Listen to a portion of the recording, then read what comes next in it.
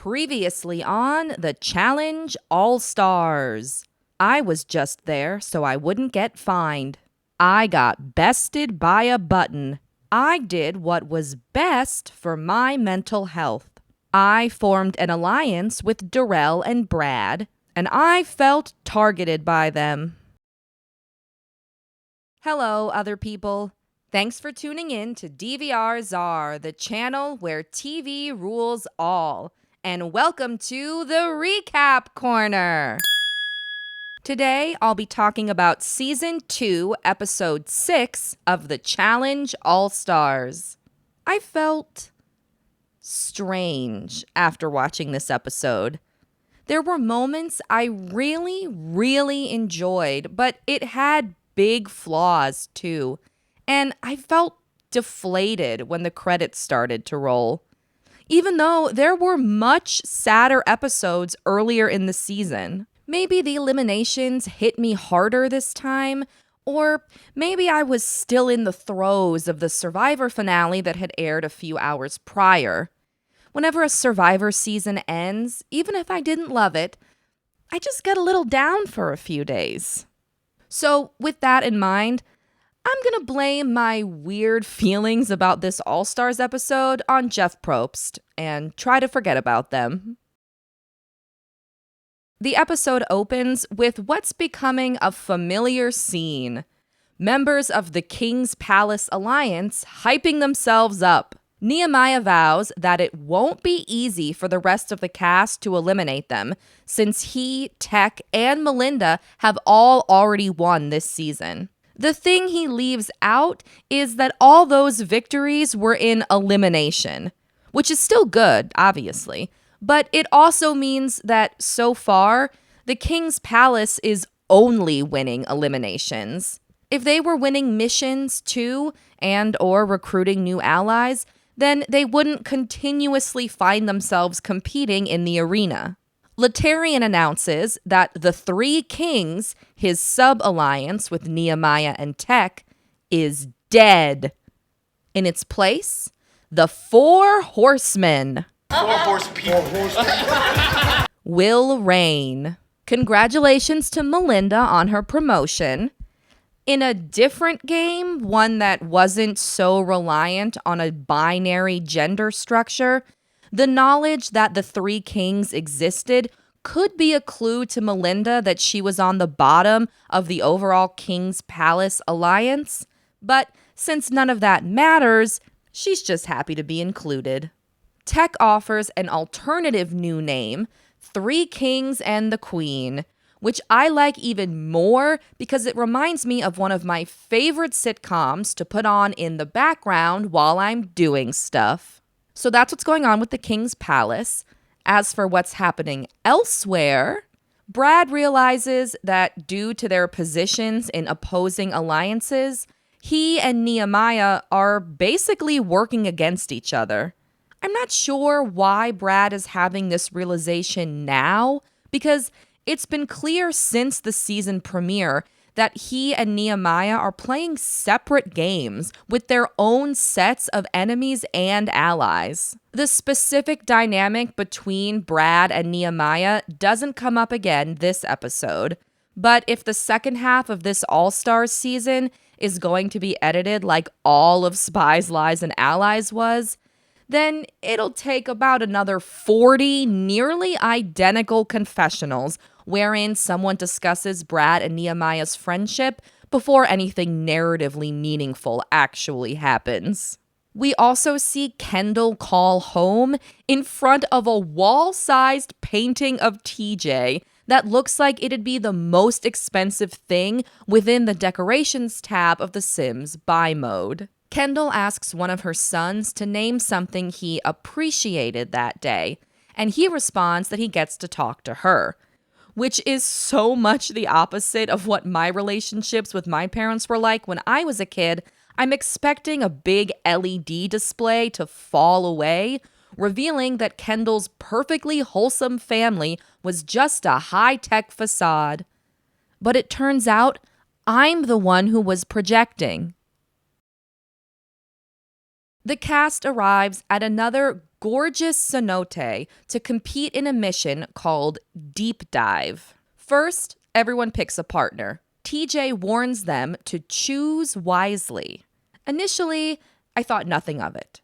Then I wondered if TJ was sneakily telling them to pick Jordan wisely, who would enter the game as a surprise new cast member. But no one tried to pick him, so we'll never know. The pairs form quickly and in accordance with everyone's pre-existing alliances. I'm going to talk about all the partnerships in a few minutes, but first, I want to force everyone to sit in the discomfort that is Tyler trying to find a partner. How do you feel? I'll do it. Okay. Do you? No, you're in. Okay. I'm with Kyle. Good answer. So close. I got sad when that happened. It's hard to put yourself out there, and Tyler seems like a genuinely good choice of partner for this particular mission. The cast is standing over a cenote. They're clearly going to be spending time in the water, and Tyler is one of the best swimmers who's ever been on the show. He could have gone to the Olympics if he never got hurt. And I mean, like, for real, he could have gone to the Olympics. Not like how Fessy could have competed in the NFL. Eventually, Tyler ends up with the other person no one wanted to work with, Jasmine. Then things get even sadder when a Jasmine confessional about feeling lucky to be partnered with Tyler is later followed by a Tyler confessional about feeling frustrated to be paired with Jasmine. The mission has 4 parts. First, pairs jump into the cenote. The right way to accomplish this is to jump from the 30-foot ledge everyone starts on. But there's also a ladder that leads to a 15-foot ledge if players don't want to jump the full 30. The drawback to the 15-foot jump, aside from the smaller adrenaline rush you'd get, is that it takes more time to climb down a ladder then jump than it does to just jump. Once they're in the cenote, pairs swim to 4 buoys, each of which marks the location of a treasure chest 15 feet underwater. Players dive to retrieve a bag of puzzle pieces from each chest, deposit them into a basket, then use this cool crank and pulley thing, otherwise known as, I'm sure, a very common word I just can't think of right now, to pull their bags up to the station where they'll assemble the puzzle. Whichever pair completes all that the fastest wins. At first, I was very excited to watch this mission. The cenote is beautiful, and I like the mixture of physical and mental feats. Personally, I've grown almost indifferent to watching cast members solve horizontal lines of basic math problems without any order of operations. I don't dislike it, but I much prefer a traditional puzzle, so that was a big plus for me. Unfortunately, I couldn't enjoy most of Deep Dive, and like last episode's mission, it's because of injuries. The worst part is that this mission should have been safe. Of all the different types of heights over water events the challenge subjects its contestants to, this type, just a standard cliff jump into a calm body of water, should be the safest. You know when the fall is going to happen, you can control the way you hit the water. People do it as a hobby in their regular, non-reality TV competition lives. If I, who cannot swim at all beyond an unconfident doggy paddle, can cliff jump off a 25-foot quarry while on mushrooms and be fine, then why can't a whole team of production designers and safety experts and whoever else manage to ensure the well-being of cast members on a TV show? Who let Kendal jump off a 30-foot cliff while wearing a life jacket? Whoever okayed that decision should not be in a position to okay any more decisions. The mission is about diving underwater. Why does the cast even need life jackets at all? Janelle and John A. also jump the full 30 feet in a life jacket, and Jasmine and Casey both wear them for the 15-foot jump. I watched like this during all of their jumps, but we only see Kendal get injured. As soon as she hits the water, she's in pain. And we learn after the mission that her ribs are displaced. Then, after, we learn something even worse. Later in the episode, Kendal elects to go to the hospital. And we never see or hear from her again. TJ eventually reveals that she's been medically disqualified from further competition. And the episode moves on. Historically, when someone leaves via injury, we get a more thorough explanation on what happened.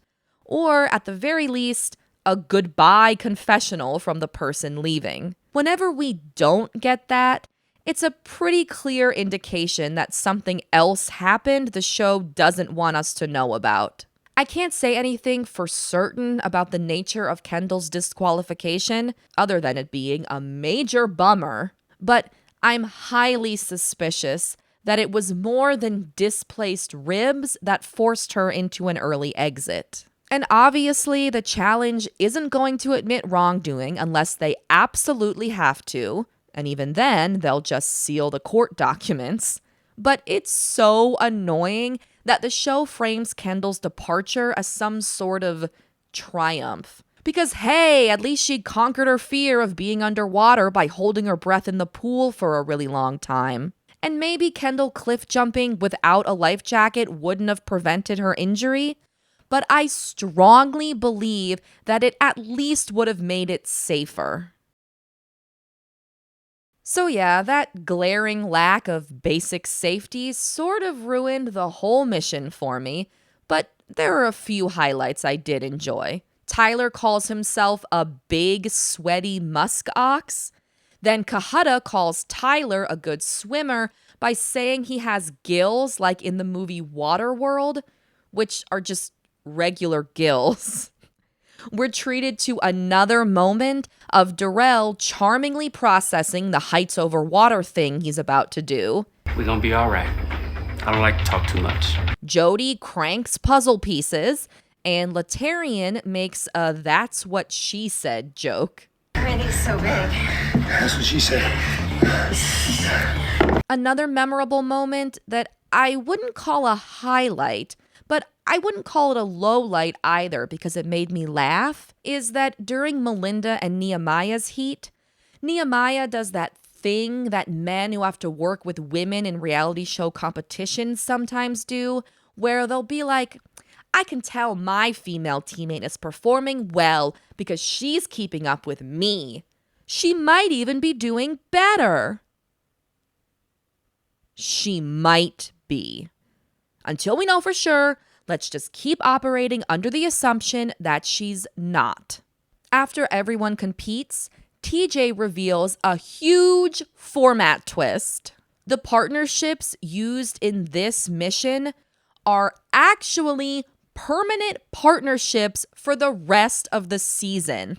Since the cast picked their own partners, most people are working with a friend, so this new format is basically reverse rivals, which is a format I've been hoping to see for a while. So though I was very surprised by the twist, I'm excited about it too. I'm also hopeful that this means we'll for sure get both a male and female winner at the end of the season, even though I did like the point system that was used during last season's one winner final. There's not much to say about any of the teams yet, since they just came into existence, but that doesn't mean I can't babble until I accidentally make a point or two. Kendal and Laterrian are both old school challengers. We're reminded of their success when working together last season, and they probably would have been contenders this time too if Kendal had remained in the game. Jasmine and Tyler are the closest thing to a disaster during the mission, but their performance still doesn't seem that bad. According to the edit, it takes them like 1,000 times longer to complete the mission than all the other teams. We're never shown anyone's times, so it's tough to tell exactly how accurate that is, but they do finish in last place, so there's at least some truth to it. Unfortunately, they'll never get the chance to redeem themselves. Melinda and Nehemiah both appeared on The Real World Austin. They seem to enjoy working together, and we're told that they're tough competitors. Because both Melinda and Nehemiah are members of the Four Horse People Alliance, I expect them to be big targets. I also think that even if they're sent into multiple arenas, it'll take work to get rid of them. Nehemiah has been consistently featured throughout the season more than anyone else, which leads me to the conclusion that if he doesn't make the final, he'll get pretty freaking close. Jody and Brad are the mission winners, and I think that's a sentence I'll be saying a lot throughout the season's second half. They're both monster competitors, and as far as team chemistry goes, Brad is the closest thing to Derek other than the man himself, so he should be a good fit for Jody. They're easily my favorites to win the final based on my first impressions. Casey and Kahata are a fun and funny pair, but I don't expect them to win many, if any, missions. Kahata's connection to Darrell, Brad, and MJ may help keep them safe, but unfortunately, considering both Casey and Kahata are smaller competitors, and that neither has been prominently featured unless they were directly involved in a major storyline, I think we might see a Casey Kahata elimination in the near future. Ayana admits that the reason she wanted to partner with Tech is because she likes looking at him. Meanwhile, Tech compares Ayana to Dennis Rodman, saying that he hopes he can successfully tame Ayana the same way Michael Jordan did Mr. Rodman. Like Melinda and Nehemiah, I expect Ayana and Tech to be targeted whenever the Four Horse People aren't in power. Janelle and Darrell are the runner-ups behind Jody and Brad. They were already my favorite pair, because Darrell, but their rhyming names make me like them even more. John A. and MJ are also noted as tough competitors, which is great news because I'm rooting for them both. I really adored John A. last season. MJ is Darrell's ally, and most importantly, their names also rhyme. Brad arrives at Deliberation wearing glasses, so you know he's ready to strategize. Unfortunately, there isn't much strategizing to be done. When Casey and Steve first figured out how to nullify life shields a few episodes ago, it was thrilling. But now it feels like a predictable formality. Though the new duos format does add a sliver of complexity. Now, when someone wins a life shield, both that person and their partner are safe from elimination. And how does this change affect everyone's strategies? It doesn't, but it manages to make a confusing mess anyway. Jody and Brad still burn Melinda and Tech's life shields, which means Melinda and her partner Nehemiah and Tech and his partner Ayana lose their votes at the upcoming selection. From there, the target becomes Kendal and Laterrian, because Laterrian is the only member of the Four Horse People who's eligible for nomination. John A. and MJ are nominated as pawns. We get no explanation as to why they're picked instead of the other pawn pairs Jody and Brad had to choose from, which is disappointing, but of all the pawn nominations I've seen throughout all my reality TV watching, this is probably the pawniest one I can remember. Kendall's in the hospital, and the only people able to vote are Casey, Kahata, Janelle, and Darrell, none of whom are Laterrian's allies. There's a sweet moment at the selection where Darrell votes for John A. and MJ on the grounds of not voting for fellow road rulers Kendal and Laterrian, but Darrell only does that because he knows his vote doesn't matter. Kendal and Laterrian already had enough votes to be sent into the arena against Tyler and Jasmine. In the arena, TJ reveals Kendal's disqualification, which means the elimination will only be played between the men, Tyler and Laterrian. Jasmine's relieved and tapes a special message just for Kendal. Kendal, I'm so sorry that you're medically out of the game. I love you. If I win this challenge, I swear to God, I'm taking you somewhere really freaking nice, or I'm gonna name my third child after you, something. The elimination game is a classic pole wrestle, aka the same elimination Laterrian competed in last season when he broke 2 of Ace's ribs. At the end of this segment, Tyler's arm looks like this, so it's safe to say Laterrian's approach to pole wrestle is consistent. The game is played just like it sounds. Players hold on to a pole, this time it looks like this, and try to wrestle it away from each other. First person to get sole possession of the pole twice wins. Past pole wrestles have produced many memorable challenge moments, but this one was, for me, kind of hard to watch. While Laterrian's performance was undeniably, incomprehensibly dominant, it made me sad to watch him drag a flopping Tyler all over the arena until he eventually wins. The editors keep switching between wide shots and this jerky close-up footage from helmet GoPros, which I didn't like, and it also doesn't help that prior to the elimination, absolutely no tension is created about who's going to win. As soon as both Tyler and Kendal, neither of whom have been major contributors to the season, were featured within the episode's first 5 minutes, I assumed they'd both be eliminated by the end. Even Tyler himself can't muster up a believable confessional about his ability to beat Laterrian.